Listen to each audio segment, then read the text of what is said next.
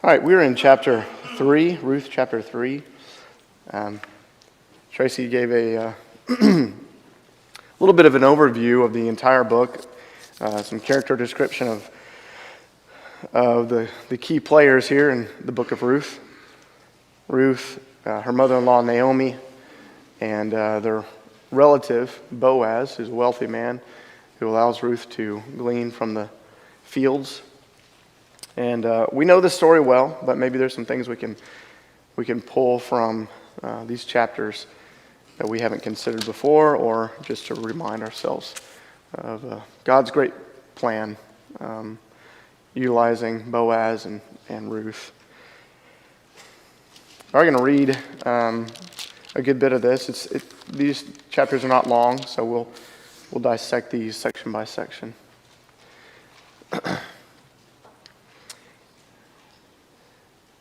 Let's look at verse 1, chapter 3. Then Naomi, her mother-in-law, said to her, "My daughter, should I not seek rest for you, that it may be well with you? Is not Boaz our relative, with whose young women you were?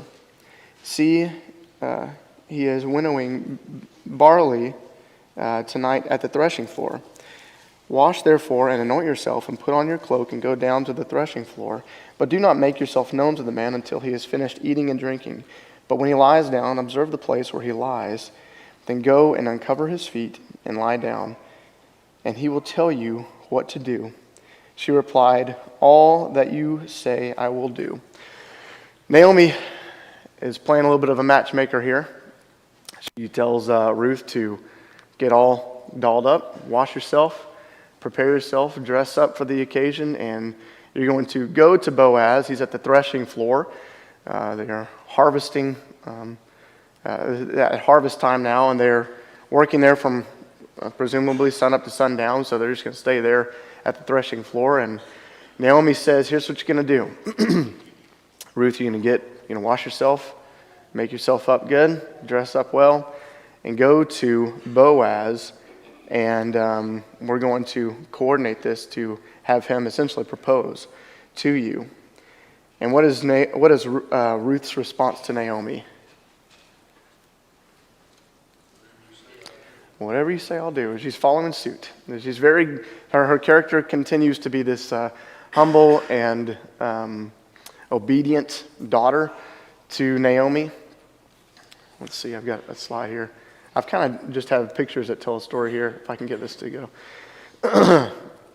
So they had this, Naomi comes up with this plan. And it doesn't seem to be, it's not nefarious in any way. It's not a wicked idea, but she is taking initiative to make sure that this works out, that this is going to be fulfilled.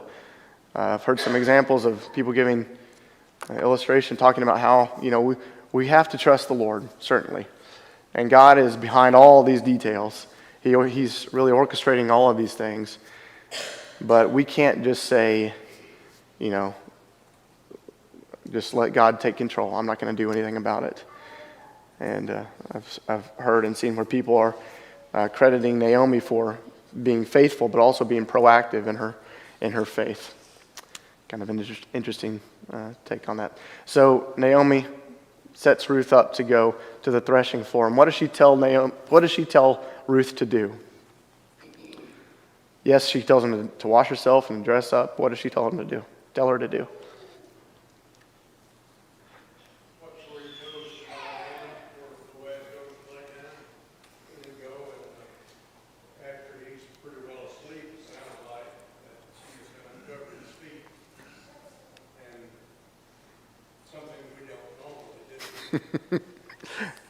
A little peculiar. There's a lot of foot talk in these two chapters. A lot of feet in these chapters. So she goes and says, all right, you're going to go to him, and while he's asleep, when no one can see you at a dark time, you're going to uncover his feet. And who knows really what the motive was there, but also heard how some people say, well, when your feet are uncovered, it causes you to wake up. You're waking up with cold feet. And There's some jokes there about cold feet and proposing and all that too, but we won't go into all that. So this is what she does. She goes in and she says, all that you say, I will do. Let's continue here in verse 6. So she went down to the threshing floor, and she did just as her mother-in-law had commanded her. And when Boaz had eaten and drunk, and his heart was merry, he went to lie down at the end of the heap of grain. Then she came softly and uncovered his feet and lay down. At midnight, the man was startled and turned over, and behold, a woman laying at his feet. He said, "Who are you?" And she answered, "I am Ruth, your servant. Spread your wings over your servant, for you are a redeemer." And he said, "May you be blessed by the Lord, my daughter. You have made this last kindness greater than the first, in that you have not gone after young men, whether poor or rich. And now, my daughter, do not fear. I will do for you all that you ask, for my fellow townsmen know that you are a worthy woman. And now it is true that I am a redeemer, yet there is a redeemer nearer than I. Remain tonight, and in the morning, if he will redeem you, good, let him do it. But if he is not willing to redeem you, then as the Lord lives, I will redeem you. Lie down until the morning." What kind of time is this in Israel? What have the people become in this nation and the surrounding areas?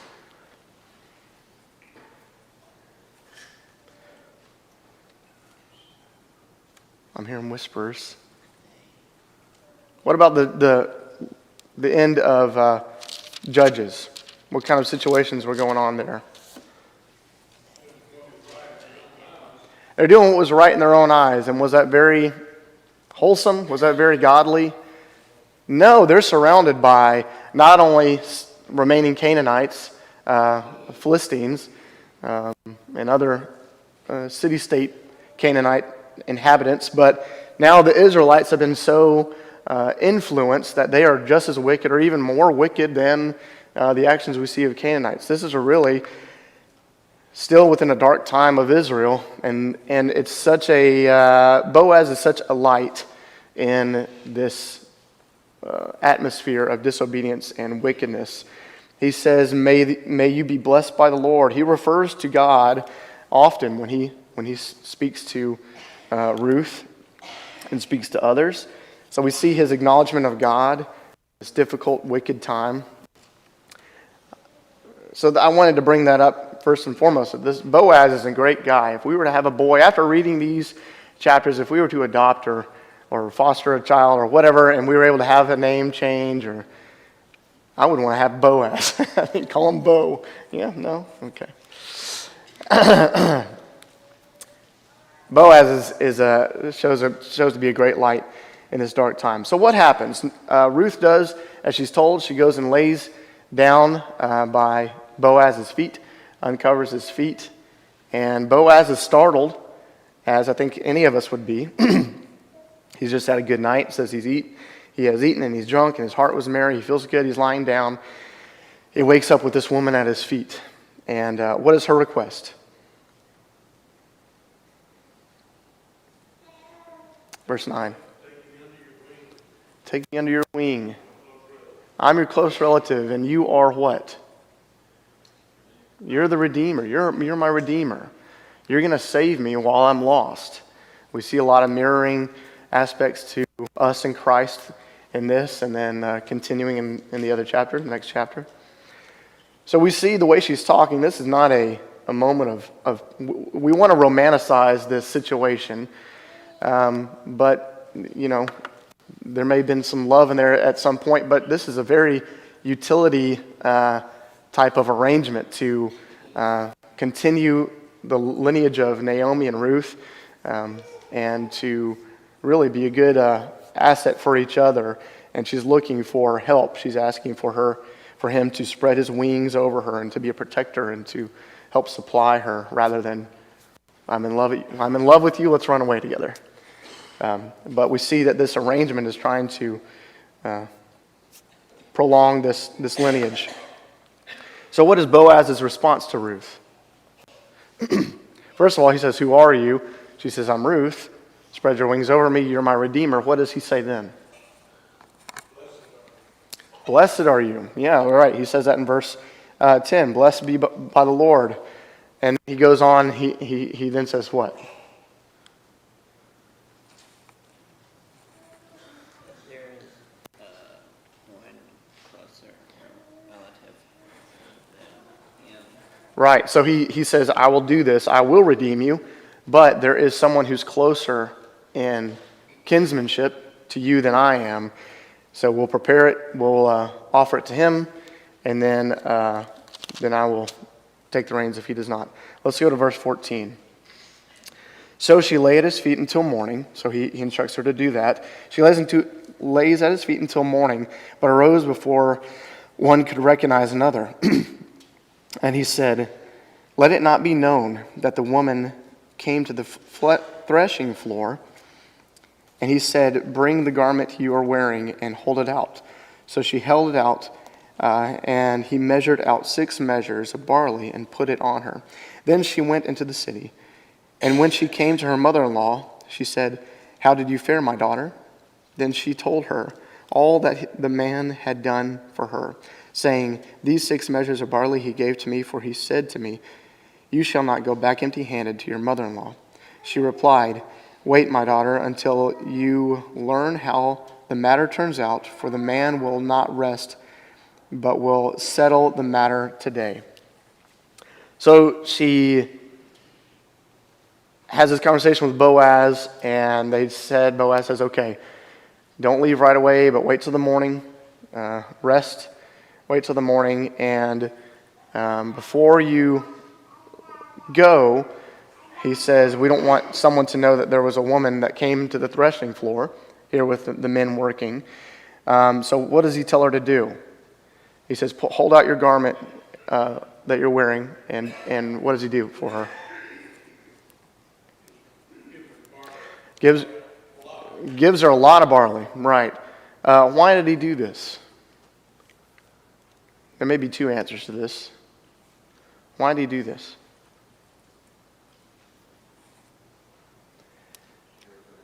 Okay, to care for their needs. She says in verse 17, "Don't go back to your mother-in-law empty-handed." What's another reason he might do this?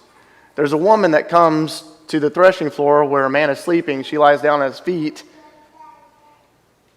What other reason might he do this? Make it look like there was another reason for coming. Yeah, so he's not trying to make a cover-up, but he is giving a legitimate reason for her to be there. He says, "Look, let's avoid gossip here. You're going to walk away with all this barley." Even though the reason that they came together, the reason this conversation happened in the place that it did, was a wholesome, okay reason, nothing fishy about it. But someone from the outside looking in could see Boaz is not doing the right thing here. Neither is Ruth. So he gives her barley. She goes there and leaves with clay. That's just an assumption there, but she leaves with all this barley and comes back to comes back to Naomi. And what's the conversation here? Look at verse 16.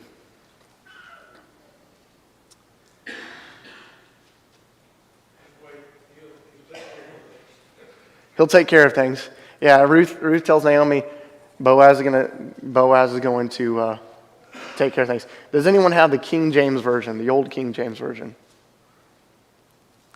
Verse 16, I'm reading from the ESV. Verse 16 says, and when she came to her mother-in-law, she said, "How did you fare, my daughter?" Which is a really good translation. The King James Version says, "Who are you?" And some commentaries and some other perspectives on this have weighed in on why this translation is the way it is. King James saying, "Who are you?" Others, what does the New King James say? Is that you, my daughter? Okay. So there are some ideas that this is, they're curious. She's curious. Who is it? Who's at my door? But Naomi knows who it is. She's coming into her home. And the way the ESV says is, "How did you fare, my daughter?" King James Version saying, "Who are you?" And so that's saying, who are you? Are you Miss Ruth or are you Mrs. Boaz? Did you come back married? How did you fare? How did this work out? What's the situation now? So she tells Naomi that Boaz has got it taken care of. He said he's going to take care of everything. You have to remember that this is all taking place during the night. Right. This is all within the darkness of the night. Even when she got her ephah of barley and home, it was still dark. So when she got home, I could understand why Naomi would say, "Who is it?" Yep. So that's a good perspective too, and that's a pretty easy thing to deduce from this information is Ruth comes back. It's all at night. This was just a matter of a few hours, really, of Naomi coming up with this plan, telling Ruth what to do. Ruth goes to Boaz, collects the barley, has the conversation, comes back. It's just a few hours. It's all in the darkness of night, in the same night. So she could have very well said, "Who is that?" Not knowing who that is. But different translations lead us to some different conclusions. Nevertheless, she comes back and she says Boaz is going to fulfill what he said he was going to do.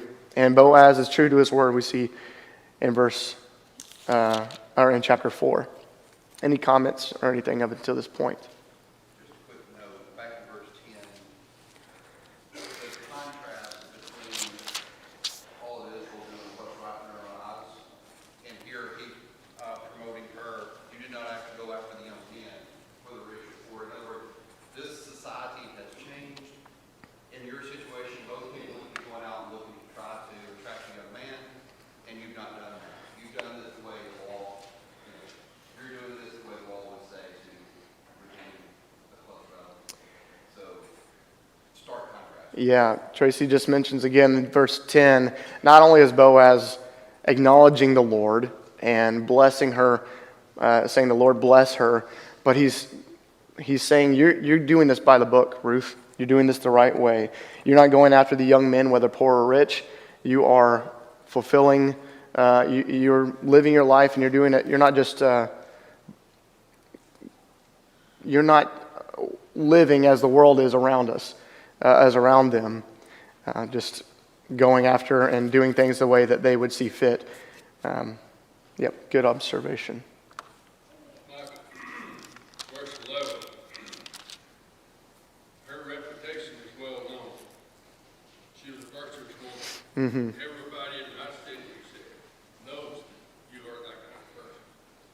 Then Naomi knows exactly what kind of man he is. Well, she said, he's not going to rest. He's going to do it today. You just be patient.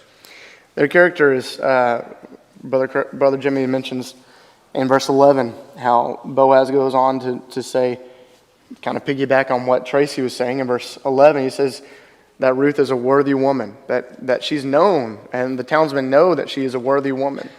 She's a virtuous woman, and that her character shines through in the way she handles and carries herself, as well as Boaz's character shines through in the way he is true to his word, and Naomi knows that and says he'll take care of, and this will be settled, the matter will be settled today in verse 18. Good point. So, high quality people. Yes, sir. Vince, you see in this chapter and in the next chapter, it's been referenced here, Tracy referred to this idea that Deuteronomy 25 begins with a passage that looks like they're following. She's following, and then Boaz following. Right. Yeah, we'll talk about that in just a little bit. Brent brings up Deuteronomy 25, fulfilling that part of the law in Deuteronomy 25 in both chapter 3 and chapter 4 of Ruth. We'll talk about that in just a moment. All right, let's continue in chapter 4. So this is following this immediately. Now Boaz had gone up to the gate and sat down there, and behold, the Redeemer, of whom Boaz had spoken, came by. So Boaz said, "Turn aside, friend, sit down here." "Turn aside, friend, sit down here." And he turned aside and sat down. And he took 10 men of the elders of the city and said, "Sit down here." So they sat down. Then he said to the Redeemer, Naomi, who has come back from the country of Moab, is selling a parcel of land that belonged to our relative Elimelech. So I thought I would tell you of it and say, buy it in the presence of those sitting here and in the presence of the elders of my people. If you will redeem it, redeem it. But if you will not, tell me, that I may know, for there is no one besides you to redeem it, and I come after you. And he said, this is the Redeemer, and he said, I will redeem it. Then Boaz said, the day you buy the field from the hand of Naomi, you also acquire Ruth, the Moabite, the widow of the dead, in order to perpetuate the name of the dead in his inheritance. Then the Redeemer said, I cannot redeem it for myself, lest I impair my own inheritance. Take my right of redemption yourself, for I cannot redeem it. Now this was the custom of the former times of Israel concerning redeeming and exchanging to confirm a transaction. The one drew off his sandal and gave it to the other, and this was a matter of attesting in Israel. So when the Redeemer said to Boaz, buy it for yourself, he drew off his sandal. Then Boaz said to the elder and all the people, you are witness this day that I have bought from the hand of Naomi all that belonged to Elimelech, and that belonged to Chilion and to Mahlon. Sorry, I lost my place. Also, Ruth the Moabite, the widow of Mahlon. I have bought to be my wife to perpetuate the name of the dead of his inheritance, that the name of the dead may not be cut off from among his brothers and from the gate of his native place. You are a witness this day. Then all the people who were at the gate and the elders said, we are a witness. May the Lord make the woman who is coming into your house like Rachel and Leah, who together built up the house of Israel. May you act worthily in Ephrathah and be reowned in Bethlehem. And may your house be like the house of Perez, whom Tamar bore Judah, because of the offspring of the Lord will give you by this young woman. Okay, sorry I got a little cross-eyed there for a moment. So Boaz fulfills this request of Ruth, and he goes to the city gates. And he goes and he sits down there. So the city gates would have been like the town square, kind of the courthouse where business would have been handled, would have been conducted. Then he collects 10 men, elders of the city, and he has them to be witness of this situation, this conversation between him and the Redeemer. Do we know who this Redeemer is? No, we don't. And we see how his name is not mentioned, and that's just beside. That just shows that he's completely out of the picture, really. He's not even mentioned by name. So these 10 witnesses are there, and Boaz tells them what's going on. He says, would you like to have this piece of land that came with Naomi? She's a widow, and he says, you're the closest to kin, so you have to redeem it. If not, then I will. And what does the Redeemer say? Okay, he first says yes. I mean, wouldn't you? Someone says, hey, there's a whole bunch of land that's really got your name on it. Would you like it? So he says, well, yes, I will. I'll take that. I'll redeem it. And Boaz says, okay, well, there's kind of a package deal with this. Not only is it the land, but you get Ruth, you get Naomi, because Ruth and Naomi are staying together, and you have to perpetuate the name of the dead in his inheritance. So now you have to support this offspring as well as maintain this property. So it's really a very big bit of inheritance or income for this Redeemer. That's a lot to be redeemed. Boaz is kind of breaking down how much he is taking on if this Redeemer does not take the deal, take the situation, take the offering. Boaz breaks down all the things that he will inherit, all the things that he will redeem.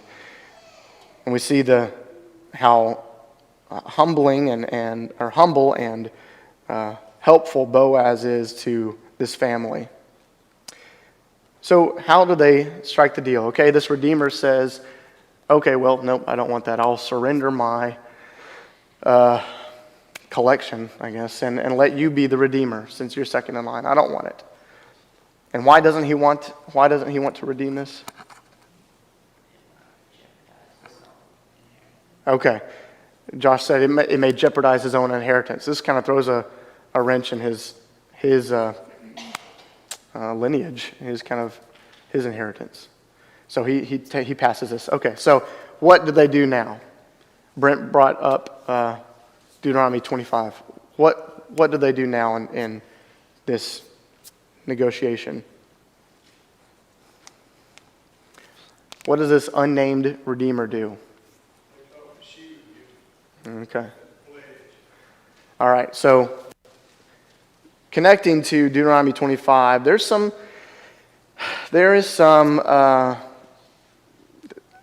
debate, I suppose, on exactly how this was handled. Is this exactly Deuteronomy 25, or is this symbolic of other things? It seems to fall in line with Deuteronomy 25, where if you were to not take on the role of marrying your past brother or your relative's wife, then you relinquish your duties and you give your shoe over to the one who will take that on. But this kind of has a disgraceful connotation to it. There's a bit of disgrace of the man who does not redeem his this widow. So there's some debate on exactly how this is portrayed, or how this is interpreted. But there's some idea also that we can see some symbolism that Deuteronomy pulls from this, and that this instant pulls from. In Deuteronomy chapter 11, let me turn there real quick. In Deuteronomy chapter 11, there's an idea here that, verse 24, every place on which the sole of your foot treads shall be yours. Your territory shall be from the wilderness to the Lebanon and from the river. So every place on which your sole of your foot treads. In Joshua 1:3, same thing is mentioned there to Joshua. Every place where your foot treads, that will be your inheritance. You will own that. There's mention in Psalm 60 and verse 8 of a shoe being cast toward the property they want to own in Edom. So there's some idea, or Moab is my wash basin, upon Edom I cast my shoe. So there's a lot of connection here that we could pull from passages before this time and those written after, but also connecting to Deuteronomy 25. Just an interesting thing. It was just a custom that the Israelites did in a transaction of property, and we could pull a lot of passages to connect those things. Interesting. But nevertheless, the original Redeemer releases his responsibility. It says his right here in Scripture, his responsibility to take on this property and along the other assets that come with that, these individuals, and then the inheritance. And he gives it to Boaz. And what do the 10 witnesses say about this?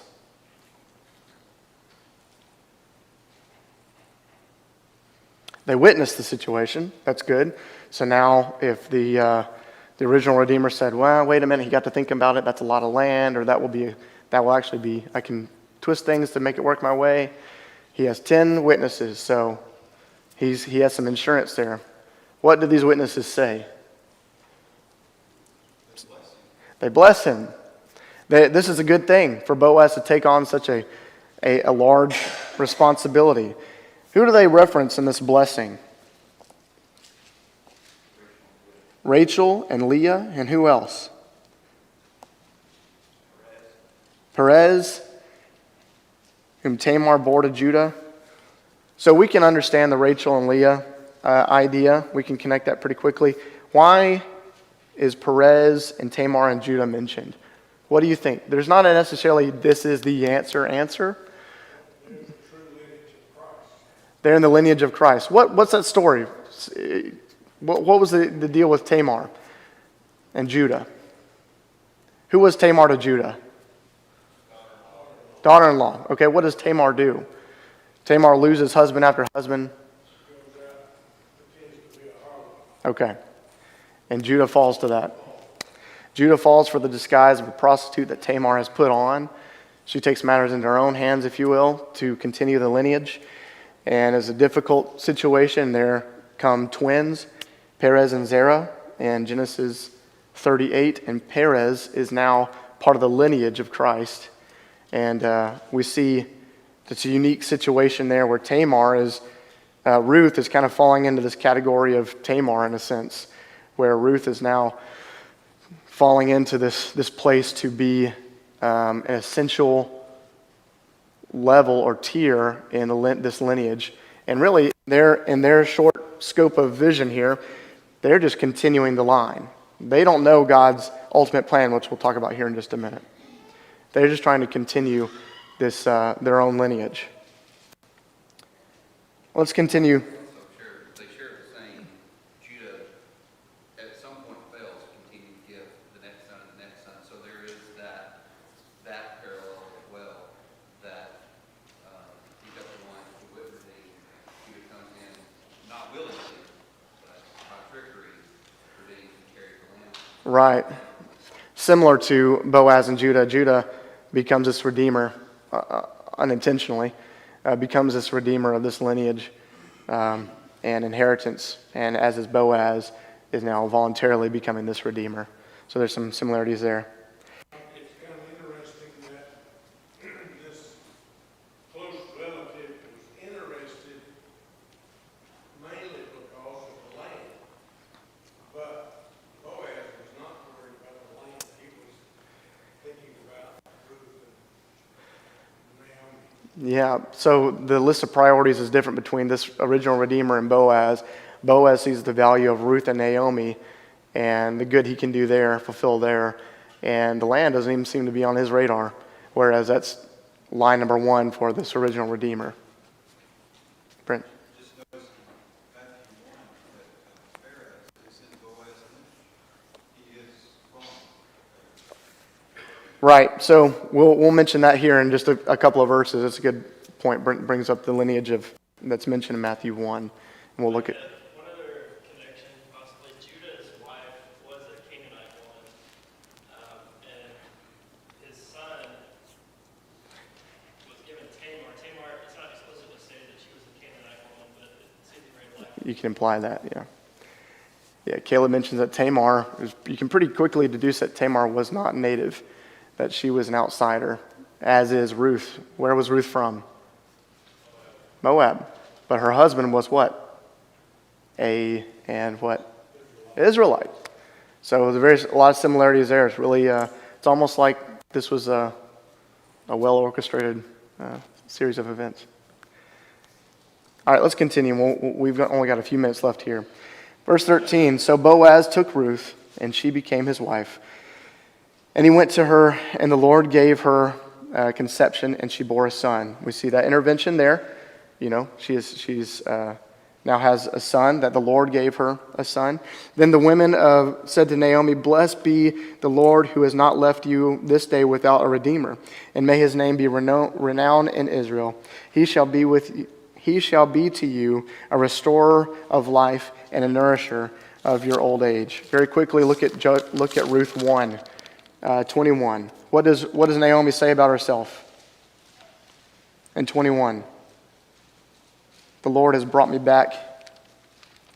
What? Empty. She's now empty, and she wanted her name changed. She was so depressed and was so low. And now, in verse 15 of chapter 4, he has been a restorer of life and a nourisher of your old age. Let's continue. For your daughter-in-law who loves you, who is more to you than 7 sons, has given birth to him. Then Naomi took the child and laid him on her lap, on her lap and became his nurse. And the women of the neighborhood gave him a name, saying, a son has been born to Naomi. They named him Obed. He was the father of Jesse, the father of David. So we see a quick lesson here. Naomi, just as low as she's ever been, has lost so much. And she says, don't even call me Naomi anymore, but call me Mara, because I'm bitter, I'm empty, I am dead inside, there's nothing left in me. And now, what is she now? She's this blessed woman who gets to be in the lineage related to David. We get to see this great picture that God has orchestrated. And just because something negative happens in her life that seems so bad that she wants to have a new identity, things have changed that have exponentially increased her value of life and perspective in the life of Jesus, the beginning of Jesus. Let's wrap this up very quickly. Now these are the generations of Perez.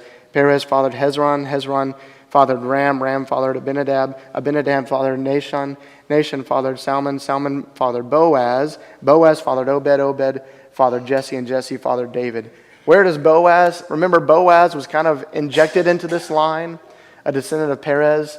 He is injected in this line because of Ruth and Naomi's intervention. Where does Boaz fall in that listing? What number? You can probably have a good guess if you don't want to count. He's 7th. That's just pretty interesting that this completion here mentioned in this lineage, that Boaz is number 7 in this. So he goes down. We get to see this great big picture that God has orchestrated from what seems to be rubble. If ever there's a difficult or minimal, this is a really great picture. If there ever seems to be a difficult or low time in the time of Israel, then we need to pay attention, because God's about to do some incredible things. If there's ever an underdog who's ready to serve the Lord, then we need to pay attention, because God's going to bring them up on top. Thank you for your attention this quarter. Thank you for allowing me to teach, and thank you for all the participation and comments. I've enjoyed the study and look forward to next quarter studying with all of you again. Thanks.